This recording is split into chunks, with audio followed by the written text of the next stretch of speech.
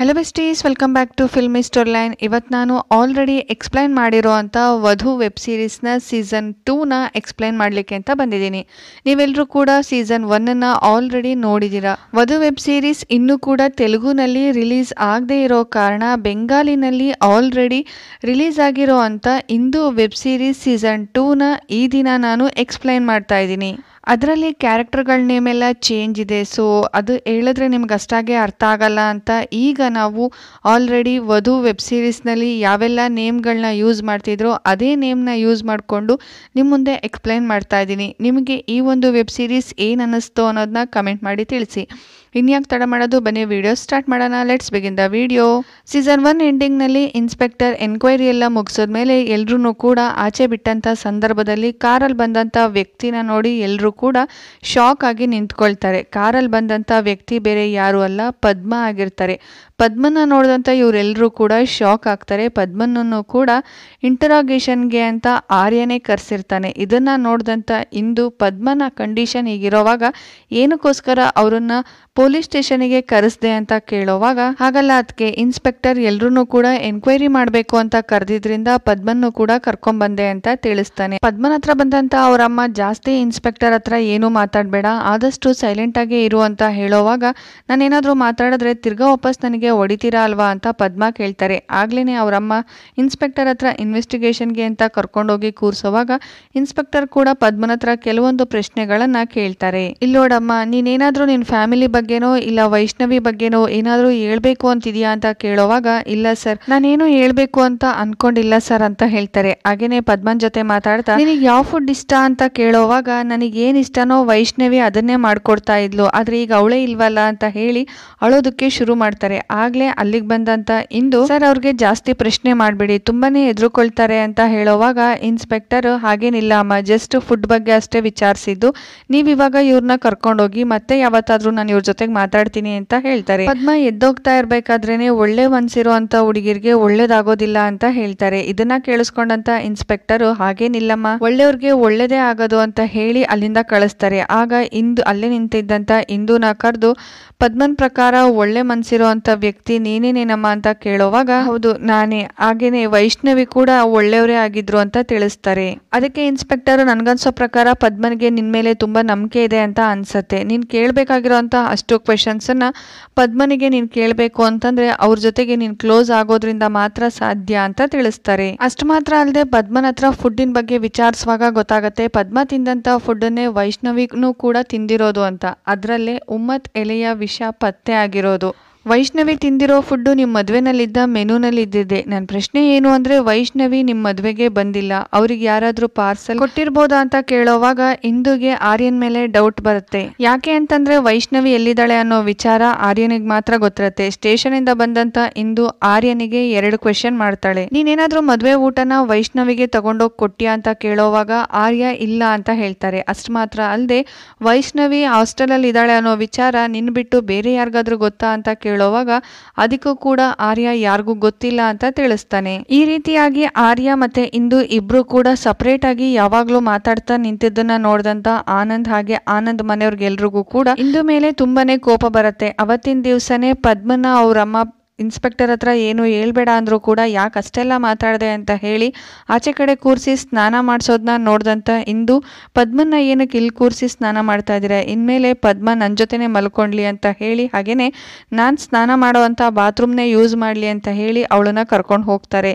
ಇದನ್ನ ನೋಡಿದಂಥ ಪದ್ಮನಿಗೆ ತುಂಬಾನೇ ಖುಷಿ ಆಗುತ್ತೆ. ನೀನು ಕೂಡ ವೈಷ್ಣವಿ ಥರನೇ ತುಂಬ ಒಳ್ಳೆಯವಳು, ಅವಳು ಮಾಡ್ತಿರೋ ಅಂಥ ಕೆಲಸನೇ ನೀನು ಕೂಡ ಮಾಡ್ತಾ ಇದೀಯಾ ಅಂತ ತಿಳಿಸ್ತಾಳೆ. ಆಗ್ಲೇನೆ ಭ್ರಮರಂಬನ್ನ ಕೂಗ್ದಂಥ ಪದ್ಮನ ತಾಯಿ ಇನ್ಸ್ಪೆಕ್ಟರ್ ಹೇಳಿದ್ರು ಅಂತ ಇಂದು ಪದ್ಮನ ಅವಳ ರೂಮ್ಗೆ ಕರ್ಕೊಂಡು ಹೋದ್ಲು ಅಂತ ಹೇಳ್ತಾರೆ. ಅದಕ್ಕೆ ಭ್ರಮರಂಬ, ನನ್ನ ಮಗ ಇರ್ತಾನಲ್ವಾ ಅಲ್ಲಿ, ಬಿಡು ನಾನು ವಿಚಾರಿಸ್ಕೊಳ್ತೀನಿ ಅಂತ ಹೇಳ್ತಾರೆ. ಅವತ್ತಿನ ದಿವಸ ರಾತ್ರಿನೇ ಪದ್ಮ ಮಲಗಿರೋದನ್ನ ನೋಡ್ದಂತ ಇಂದು, ಅಕ್ಕ ಇವತ್ತು ರಾತ್ರಿ ನೀವು ನಿದ್ದೆ ಮಾಡಬೇಕು ಅಂತಂದ್ರೆ ಯಾವುದೇ ಕಾರಣಕ್ಕೂ ಕೂಡ ಸ್ಲೀಪಿಂಗ್ ಪಿಲ್ಸ್ ತಗೊಳ್ಬೇಡಿ, ನೋಡೋಣ ನಿದ್ರೆ ಬರುತ್ತೋ ಇಲ್ವೋ ಅಂತ ಹೇಳೋವಾಗ್ಲೇನೆ ಅಲ್ಲಿಗೆ ಬಂದಂತ ಆನಂದ್, ಪದ್ಮಕ್ಕ ಸ್ಲೀಪಿಂಗ್ ಪಿಲ್ಸ್ನ ತಗೊಂಡು ನಿನ್ನ ರೂಮಲ್ಲಿ ನೀನು ಹೋಗಿ ಮಲ್ಕೋ, ಇವತ್ತು ನಾನು ಇಲ್ಲೇ ಮಲ್ಕೊಳ್ತೀನಿ ಅಂತ ಹೇಳೋವಾಗ ಇದನ್ನು ಕೇಳಿಸ್ಕೊಂಡಂತ ಇಂದು, ನಿನ್ನೆ ನನ್ನ ಮುಖದ ಮೇಲೆ ಕಾರ್ಡ್ ಎಸ್ತೋಗಿ ಇವತ್ತು ಇಲ್ಲೇ ಮಲ್ಕೊಳ್ತೀನಿ ಅಂತ ಹೇಳ್ತಾ ಇದ್ದೀರಾ ಅಂತ ಕೇಳೋವಾಗ ಇದನ್ನು ಕೇಳಿಸ್ಕೊಂಡಂತ ಆನಂದ್ ಫುಲ್ ಉರ್ಕೊಂಡು ಆಗ್ಲೇ ಬೆಡ್ರೂಮಿಂದ ಆಚೆ ಹೋಗಿ ಅವರಮ್ಮನ ಹತ್ರ ಅಮ್ಮ ಆದಷ್ಟು ಬೇಗ ಪದ್ಮಕ್ಕೂ ಹಾಗೆ ಅವ್ರ ಅಪ್ಪ ಅಮ್ಮನೂ ಎಲ್ರೂ ಕೂಡ ಈ ಮನೆ ಬಿಟ್ಟು ಎಲ್ಗಾದ್ರೂ ಕಳಿಸು ಅಂತ ಹೇಳಿ ಅವ್ರ ರೂಮ್ಗೆ ಹೋಗಿ ಪುನಃ ಸಿಗರೇಟ್ ಸೇದೋದಕ್ಕೆ ಸ್ಟಾರ್ಟ್ ಮಾಡ್ತಾರೆ. ನೆಕ್ಸ್ಟ್ ಡೇ ಮಾರ್ನಿಂಗು ಎಷ್ಟೊತ್ತಾದರೂ ಕೂಡ ಆನಂದ್ ಎದ್ದಿರೋದಿಲ್ಲ. ಇದನ್ನು ನೋಡಿದಂಥ ಇವನ್ ಫ್ಯಾಮಿಲಿ ಮೆಂಬರ್ಸ್ ಎಲ್ರಿಗೂ ಕೂಡ ತುಂಬಾ ಶಾಕ್ ಆಗುತ್ತೆ. ಹಾಗೆಯೇ ಆನಂದ್ನ ಮುಖದ ಮೇಲೆ ನೀರೆಲ್ಲ ಚುಮುಕ್ಸಿ ಎಬ್ಬಿಸಿದಂಥ ಟೈಮಲ್ಲಿ ಇಂದುನ ನೋಡಿದಂಥ ಆನಂದ್ ಕಣ್ಣಿಗೆ ಅವಳು ವೈಷ್ಣವಿ ಥರ ಕಾಣೋದಕ್ಕೆ ಶುರು ಆಗ್ತಾಳೆ. ಇದರಿಂದ ತುಂಬಾ ಗಾಬರಿಗೊಂಡಂಥ ಆನಂದ್ ವೈಷ್ಣವಿ ಬಂದಿದ್ದಾಳೆ, ಆದಷ್ಟು ಬೇಗ ಅವಳನ್ನ ಮನೆಯಿಂದ ಆಚೆ ಹಾಕಿ ಅಂತ ಗಾಬರಿಯಿಂದ ಕೂಗೋದಕ್ಕೆ ಶುರು ಮಾಡ್ತಾನೆ. ಇದನ್ನ ನೋಡಿದಂಥ ಆರ್ಯ, ಅಣ್ಣ ವೈಷ್ಣವಿ ಆಲ್ರೆಡಿ ಸತ್ತೋಗಿದ್ದಾಳೆ, ಅವಳು ಯಾಕೆ ಇಲ್ಲಿಗೆ ಬರ್ತಾಳೆ ಅಂತ ಕೇಳೋವಾಗ ಇದೇ ಕೋಪದಿಂದ ಒಂದು ಲೋಟ ತೆಗೆದು ವೈಷ್ಣವಿ ಅಂತ ಅನ್ಕೊಂಡು ಇಂದು ಮೇಲೇನೆ ಎಸೆದ್ಬಿಡ್ತಾನೆ.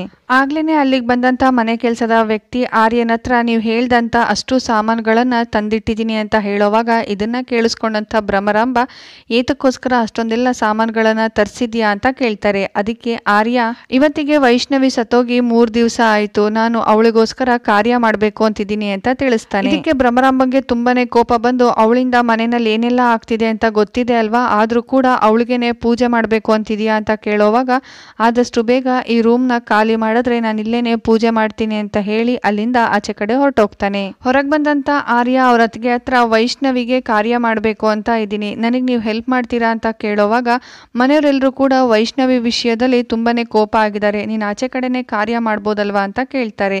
ಇದನ್ನ ಕೇಳಿಸ್ಕೊಂಡಂತ ಆರ್ಯ ವೈಷ್ಣವಿಗೆ ಈ ಮನೆ ಅಂದ್ರೆ ತುಂಬಾನೇ ಇಷ್ಟ, ಅದಕ್ಕೋಸ್ಕರ ಕಾರ್ಯನ ಇಲ್ಲೇ ಮಾಡ್ಬೇಕು ಅಂತಿದ್ದೀನಿ ಅಂತ ತಿಳಿಸ್ತಾರೆ. ಆಗ್ಲೇನೆ ಆನಂದ್ ಹಾಗೆ ಸ್ನೇಹ ಇವರಿಬ್ರು ಮಾತಾಡ್ತಿರೋದನ್ನ ನೋಡ್ತಾರೆ. ಆನಂದ್ ಸ್ನೇಹನ ಹತ್ರ ಅವರಿಬ್ರು ಮಾತಾಡ್ತಿರೋದು ನಿನಗೆ ಕಾಣಿಸ್ತಾ ಇದೆಯಾ ಅಂತ ಕೇಳ್ತಾನೆ. ಇದನ್ನ ಕೇಳಿಸ್ಕೊಂಡಂತ ಸ್ನೇಹ, ಹೌದು ಅಣ್ಣ ನನಗೆ ಕಾಣಿಸ್ತಾ ಇದೆ ಅಂತ ಹೇಳ್ತಾರೆ. ಅದಕ್ಕೆ ಆನಂದ್, ಇತ್ತೀಚಿಗಂತೂ ಯಾವ್ದು ನಿಜ ಯಾವ್ದು ಸುಳ್ಳು ಯಾವುದೊಂದು ಕೂಡ ನನಗೆ ಗೊತ್ತಾಗ್ತಾ ಇಲ್ಲ ಅಂತ ತುಂಬಾ ಬೇಜಾರಿಂದ ಹೇಳ್ತಾನೆ. ಅದಾಗ್ತಿದ್ದಂಗೆ ರೂಮಲ್ಲಿ ತುಂಬಾನೇ ಸಿಗರೇಟ್ ಸೇದೋದಕ್ಕೆ ಶುರು ಮಾಡಿದ್ನ ನೋಡ್ದಂತ ಇಂದು, ನೀವು ಇಷ್ಟೊಂದು ಸಿಗರೇಟ್ನ ಯಾಕೆ ಸೇದ್ತಾ ಇದ್ದೀರಾ, ಇದು ಹೆಲ್ತಿಗೆ ಒಳ್ಳೇದಲ್ಲ ಅಂತ ಹೇಳ್ತಾಳೆ. ಇದನ್ನ ಕೇಳಿಸ್ಕೊಂಡಂತ ಆನಂದ್, ಇರ್ಲಿ ಬಿಡು ಮುಂದೆ ನೋಡ್ಕೊಳ್ಳೋಣ ಅಂತ ಹೇಳ್ತಾನೆ. ಹಾಗೇನೆ ಆಚೆ ಕಡೆ ಬಂದಂತ ಇಂದು ವೈಷ್ಣವಿಗೋಸ್ಕರ ಮಾಡ್ತಿದ್ದಂತ ಕಾರ್ಯದಲ್ಲಿ ನಿಂತ್ಕೊಂಡಿರುವಾಗ್ಲೇನೆ ಒಳಗಿದ್ದಂತ ಆನಂದ್ ಜೋರಾಗಿ ಕಿರ್ಚಾಡೋದಕ್ಕೆ ಶುರು ಮಾಡ್ತಾನೆ. ಯಾರು ನೀವೆಲ್ಲ, ಯಾಕೆ ಈ ತರ ಒಳಗಡೆ ಬರ್ತಾ ಇದ್ದೀರಾ ಅಂತ ಆ ಧ್ವನಿನ ಕೇಳಿಸ್ಕೊಂಡು ಎಲ್ಲರೂ ಕೂಡ ಆನಂದ್ ಹತ್ರ ಬರ್ತಾರೆ. ಹಾಗೆ ಆನಂದ್ನ ಅಮ್ಮ, ಯಾರು ಇಲ್ಲ ಮಗ್ನೆ, ಬಾಗ್ಲ ಹಾಕಿದ್ಯಲ್ಲ ಅಂತ ಕೇಳೋವಾಗ, ಇಲ್ಲ ಅಮ್ಮ, ಈಗ ತಾನೇ ತುಂಬಾ ಜನರು ಮನೆ ಒಳಗಡೆ ಬರ್ತಾ ಇದ್ರು ಅಂತ ತುಂಬಾ ಭಯದಿಂದ ತಿಳಿಸ್ತಾನೆ. ಆನಂದ್ಗೆ ಸಮಾಧಾನ ಮಾಡ್ದಂತ ಇಂದು ಅವ್ರ ಅತ್ತೆ ಹತ್ರ, ನನಗೆ ಸ್ವಲ್ಪ ಕೆಲಸ ಇದೆ, ಆಚೆ ಕಡೆ ಹೋಗಿ ಬರ್ತೀನಿ ಅಂತ ಹೇಳಿ ಒಂದು ಶಾಪ್ ಹತ್ರ ಬಂದು ಇಷ್ಟು ದಿವಸದಿಂದ ಆನಂದ್ ಸೇತ್ತಿದ್ದಂಥ ಸಿಗರೇಟಿನ ಬ್ರ್ಯಾಂಡನ್ನೇ ತಗೊಂಡು ಸ್ಮೆಲ್ ನೋಡುವಾಗ ತುಂಬಾನೇ ಡಿಫ್ರೆನ್ಸ್ ಅನ್ಸುತ್ತೆ. ಆನಂದ್ ಸೇತ್ತಾ ಇರೋವಂಥ ಸಿಗರೇಟಿಗೂ ಹಾಗೇನೆ ಈಗ ಶಾಪಲ್ಲಿ ತಗೊಂಡಂಥ ಸಿಗರೇಟ್ ಸ್ಮೆಲ್ಲಿಗೂ ಕೂಡ ಇಂದುಗೆ ತುಂಬಾನೇ ಡಿಫ್ರೆಂಟ್ ಫೀಲ್ ಆಗತ್ತೆ. ಮನೆಗೆ ವಾಪಸ್ ಬಂದಂಥ ಇಂದು ಹಾಗೆ ಲೋಕಿ ಇಬ್ರು ಕೂಡ ಅಡುಗೆ ಮನೆ ಕೆಲಸ ಮಾಡ್ತಾ ಮಾತಾಡಬೇಕಾದ್ರೆ ವೈಷ್ಣವಿ ಎಷ್ಟು ಒಳ್ಳೆಯವಳು ಅನ್ನೋದನ್ನು ಹೇಳ್ತಾರೆ. ಹಾಗೇನೆ ಆರ್ಯನ್ ಮನಸ್ಸಿನಲ್ಲಿರೋ ಅಂಥ ಉಮ್ಮತ್ ಎಲೆ ಥರದ ವಿಷಾದ ಬಗ್ಗೆನೂ ಕೂಡ ಹೇಳ್ತಾರೆ. ಆರ್ಯ ಯಾವಾಗಲೂ ಕೂಡ ವೈಷ್ಣವಿ ಮೇಲೆ ಅನುಮಾನ ಪಡ್ತಾ ಇದ್ರು, ಒಂದು ಬಟ್ಟೆ ಒಣಗಾಕಕ್ಕೆ ಮಾಡಿ ಮೇಲೆ ಹೋದ್ರು ಕೂಡ.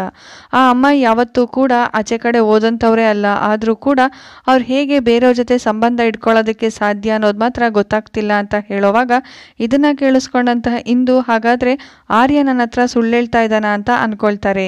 ಇಷ್ಟೆಲ್ಲ ಮಾತಾಡ್ಕೊಂಡು ಬೆಡ್ರೂಮಿಗೆ ಬರೋಷ್ಟ್ರೊಳಗಾಗ್ಲೇ ಆನಂದ್ ಸಿಗರೇಟ್ ಸೇದ್ಕೊಂಡು ವೈಷ್ಣವಿ ಫೋಟೋನ ನೋಡ್ತಾ ಇರ್ತಾರೆ. ಹಾಗೇನೆ ಬಂದಂತ ಇಂದುನ ನೋಡಿ, ನಾನು ವೈಷ್ಣವಿನ ಮನೆಯಿಂದ ಆಚೆ ಹಾಕಿ ತಪ್ಪು ಮಾಡದ್ನ ಸರಿ ಮಾಡದ್ನ ಅಂತ ಗೊತ್ತಾಗ್ತಾ ಇಲ್ಲ ಅಂತ ಹೇಳ್ತಾರೆ. ಅಷ್ಟು ಮಾತ್ರ ಅಲ್ಲದೆ ವೈಷ್ಣವಿ ಪ್ರೆಗ್ನೆಂಟ್ ಆಗಿದ್ದು ಆರ್ಯನಿಂದ ಅಲ್ಲ ಅನ್ನೋ ಕಾರಣಕ್ಕೆ ಅಷ್ಟೇ ನಾನು ಆಚೆ ಕಡೆ ಹಾಕಿದ್ದು, ಅಲ್ಲಿಗೆ ನಾನು ಮಾಡಿದ್ದು ಸರಿ ಅನ್ಸುತ್ತೆ, ಆದ್ರೂ ಕೂಡ ನಾನು ಅವಳನ್ನ ಆಚೆ ಕಡೆ ಹಾಕ್ಬಾರ್ದಿತ್ತು ಅಂತ ಹೇಳೋವಾಗ ಇದನ್ನ ಕೇಳಿಸ್ಕೊಂಡಂತ ಇಂದು, ಅದೆಲ್ಲ ಬಿಡಿ, ಈಗ ನೀವು ಹೋಗಿ ಬೆಡ್ರೂಮ್ ಅಲ್ಲಿ ಮಲಗಿ ಅಂತ ಹೇಳ್ತಾಳೆ. ನಾನು ಇವಾಗ ಹೋಗಿ ಬೆಡ್ರೂಮ್ ಅಲ್ಲಿ ಮಲ್ಕೊಂಡ್ರೆ ನನಗೆ ಏನೇನೋ ಕಾಣಿಸುತ್ತೆ, ನನಗೆ ತುಂಬಾನೇ ಭಯ ಆಗುತ್ತೆ ಅಂತ ಹೇಳೋವಾಗ ಇಂದು, ಪರವಾಗಿಲ್ಲ ಹೋಗಿ ಮಲ್ಕೊಳ್ಳಿ, ನಾನು ಇಲ್ಲೇ ಹಾಲಲ್ಲಿ ಮಲಗಿರ್ತೀನಿ, ಆ ರೀತಿ ಏನಾದರೂ ಕಾಣಿಸಿದ್ರೆ ನನಗೆ ಕೂಗಿ ನಾನು ಆದಷ್ಟು ಬೇಗ ನಿಮ್ಮ ರೂಮಿಗೆ ಬಂದ್ಬಿಡ್ತೀನಿ ಅಂತ ಹೇಳ್ತಾಳೆ. ಇದನ್ನ ಕೇಳಿಸ್ಕೊಂಡಂತ ಆನಂದ್ ಸರಿ ಅಂತ ಹೇಳಿ ಬೆಡ್ರೂಮ್ ಅಲ್ಲಿ ಮಲಗಲಿಕ್ಕೆ ಅಂತ ಹೋದಾಗ ಸೋಫಾನ ಕೂಡ ಅಡ್ಡ ಇಟ್ಟು ಹೋಗಿ ಮಲ್ಕೊಳ್ತಾರೆ. ಆಗ್ಲೇನೆ ಇಂದು ಕಣ್ಣಿಗೆ ಯಾವುದೋ ನೆರಳು ರೀತಿ ಕಾಣಿಸಿ ಯಾರಿರ್ಬೋದು ಅಂತ ನೋಡೋವಾಗ ಬಾಜಿರಾಯ್ ಕಳ್ಳನ್ ರೀತಿ ಓಡಾಡ್ತಾ ಇರ್ತಾನೆ. ಇದನ್ನ ನೋಡ್ದಂತ ಇಂದು ಬಾಜಿರಾಯ್ ಜೊತೆ ಮಾತಾಡ್ಬೇಕಾದ್ರೆ ಅಲ್ಲಿಗೆ ಬಂದಂತ ಸ್ನೇಹ, ಇಷ್ಟು ದಿವಸ ಆರ್ಯ ಆಯ್ತು, ಇವಾಗ ನೀನು ನನ್ನ ಗಂಡನ್ನು ಕೂಡ ಬುಟ್ಟಿಗೆ ಹಾಕೊಳ್ತಿದ್ಯಾ ಅಂತ ಮಾತಾಡ್ಬೇಕಾದ್ರೆ ಇದನ್ನ ಕೇಳಿಸ್ಕೊಂಡಂತ ಇಂದುಗೂ ಕೂಡ ಬೇಜಾರಾಗತ್ತೆ. ಹಾಗೇನೆ ಬಂದಂತ ಡೌಟನ್ನ ಕ್ಲಿಯರ್ ಮಾಡ್ಲಿಕ್ಕೆ ಟ್ರೈ ಮಾಡಿದ್ರು ಕೂಡ ಸ್ನೇಹ ಅದನ್ನ ಕ್ಲಿಯರ್ ಮಾಡ್ಕೊಳ್ದಾನೆ ಅಲ್ಲಿಂದ ಹೊರಟೋಗ್ತಾಳೆ. ಆಗ್ಲೇನೆ ಮತ್ತೆ ಆನಂದ್ ಜೋರಾಗಿ ಕಿರ್ಚಾಡ ಮಾಡೋದಕ್ಕೆ ಶುರು ಮಾಡ್ತಾನೆ. ಅವನಿಗೆ ಪದ್ಮನ್ ಮಗಳು ಈಶು ದೆವ್ವದ ರೀತಿ ಕಾಣಿಸೋದಕ್ಕೆ ಶುರು ಮಾಡ್ತಾಳೆ. ಅಷ್ಟು ಮಾತ್ರ ಅಲ್ಲದೆ ಅವನ ಕೈಗೆ ಉಮ್ಮತ್ ಎಲೆ ಕೊಡ್ತಾ ಇದನ್ನ ತಿಂದು ಸತ್ತೋಗು ಅಂತ ಹೇಳ್ತಿರೋ ಥರ ಕಾಣಿಸ್ತಾಳೆ. ಇದರಿಂದ ಆನಂದಿಗೆ ತುಂಬಾನೇ ಭಯ ಆಗುತ್ತೆ. ನೆಕ್ಸ್ಟ್ ಡೇ ಮಾರ್ನಿಂಗ್ ಆನಂದನ್ನ ಹಾಸ್ಪಿಟಲಿಗೆ ಕರ್ಕೊಂಡೋದಂಥ ಟೈಮಲ್ಲಿ ಡಾಕ್ಟರ್ ಇವ್ರು ಹೇಳ್ದಂಥ ಅಷ್ಟು ಸಿಚುಯೇಷನ್ ಅನ್ನ ಕೇಳಿಸ್ಕೊಂಡು ಯಾರಾದರೂ ಒಬ್ರು ಆನಂದ್ ಜೊತೆಗೆ ಇರಲೇಬೇಕು ಅಂತ ಹೇಳ್ತಾರೆ. ಸೊ ಆನಂದ್ ಹಾಗೆ ಆರ್ಯ ಇಬ್ರು ಮನೆ ಕಡೆ ಬರುವಾಗ ಆನಂದ್ ಆರ್ಯನ ಹತ್ರ ಇಂದುನ ಮದುವೆ ಮಾಡ್ಕೊಳ್ಳೋಕ್ಕೂ ಮುಂಚೆನೂ ಕೂಡ ನನಗಿದೇ ಥರ ಕಾಣಿಸ್ಕೊಳ್ತಿತ್ತು ಅಂತ ಹೇಳ್ತಾನೆ. ಹಾಗೇನೆ ಈ ಕಡೆ ಪದ್ಮನ ತೋರಿಸ್ತಾರೆ. ಇಂದು ರೂಮಲ್ಲಿ ಇದ್ದಂಥ ಪದ್ಮ ಅವಳಿಗೆ ಹೇಳ್ದಾನೆ ನಾನು ವಾಪಸ್ ಸ್ಟೋರ್ ರೂಮ್ಗೆ ಹೋಗ್ತೀನಿ ಅಂತ ಹೇಳಿ ವಾಪಸ್ ಸ್ಟೋರ್ ರೂಮ್ಗೆ ಹೊರಟೋಗ್ತಾಳೆ. ಇದನ್ನ ನೋಡಿದಂಥ ಇಂದುಗೂ ಕೂಡ ಒಂದು ರೀತಿ ವಿಯರ್ಡ್ ಆಗಿ ಫೀಲ್ ಆಗುತ್ತೆ. ಆಗ್ಲೇನೆ ಮನೆಗೆ ವಾಪಸ್ ಬಂದಂಥ ಆನಂದ್ನ ನೋಡಿದಂಥ ಅವರಮ್ಮ ಏನಾಯ್ತು ಅಂತ ಕೇಳೋವಾಗ ಆರ್ಯ ಹೇಳ್ತಾನೆ ಯಾರಾದರೂ ಒಬ್ರು ಅಣ್ಣನ ಜೊತೆನೆ ಯಾವಾಗಲೂ ಇರಬೇಕು ಅಂತ ಡಾಕ್ಟರ್ ಹೇಳಿರೋದ್ರಿಂದ ಅತ್ತಿಗೆಗೆ ಹೇಳು ಯಾವಾಗಲೂ ಕೂಡ ಅಣ್ಣನ ಜೊತೆನೆ ಇರಲಿಕ್ಕೆ ಅಂತ ಹೇಳ್ತಾರೆ. ಇದನ್ನ ಕೇಳಿಸ್ಕೊಂಡಂತ ಇಂದುಗೂ ಕೂಡ ತುಂಬಾನೇ ಖುಷಿ ಆಗುತ್ತೆ. ಹಾಗೇನೆ ಸರಿ ಅಂತ ಒಪ್ಕೊಂಡಂತ ಇಂದು ಆನಂದ್ ಲೈಫಲ್ಲಿ ಏನ್ ನಡೀತಾ ಇದೆ ಅನ್ನೋದನ್ನ ನಾನು ಗಮನಿಸ್ತೀನಿ ಅಂತ ಹೇಳ್ತಾಳೆ. ಅವತ್ ರಾತ್ರಿನೇ ಎಲ್ಲರೂ ಕೂಡ ಮಲಗಿರೋ ಅಂತ ಟೈಮಲ್ಲಿ ಇಂದು ಬುಕ್ ಓದ್ಕೊಂಡು ಚೇರ್ ಮೇಲೆ ಮಲಗಿರೋವಾಗ ಇದ್ದಕ್ಕಿದ್ದಂಗೆ ಎಚ್ಚರಗೊಂಡಂತ ಆನಂದ್ ವೈಷ್ಣವಿ ನಿನ್ನ ಕರಿತಾ ಇದ್ದಾಳೆ ಹೋಗು ಇಂದು ಅಂತ ಹೇಳಿದ್ ಮಾತ್ರ ಅಲ್ದನೆ ಇದ್ದಕ್ಕಿದ್ದಂಗೆ ಸ್ಟ್ರೋಕ್ ಆದಂಗಾಗಿ ಬಿದ್ದೋಗ್ತಾನೆ. ಅದನ್ನ ಗಮನಿಸಿದಂತ ಇಂದು ಹತ್ರ ಬಂದು ಚೆಕ್ ಮಾಡೋವಾಗ ಆನಂದ್ ಬದುಕಿಲ್ಲ ಅನ್ನೋ ವಿಷಯ ಇಂದುಗೂ ಗೊತ್ತಾಗತ್ತೆ.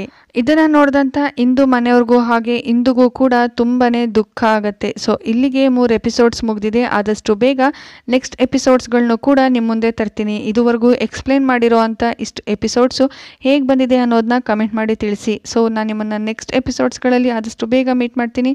Still then take care, love you all. Thank you for watching. Bye.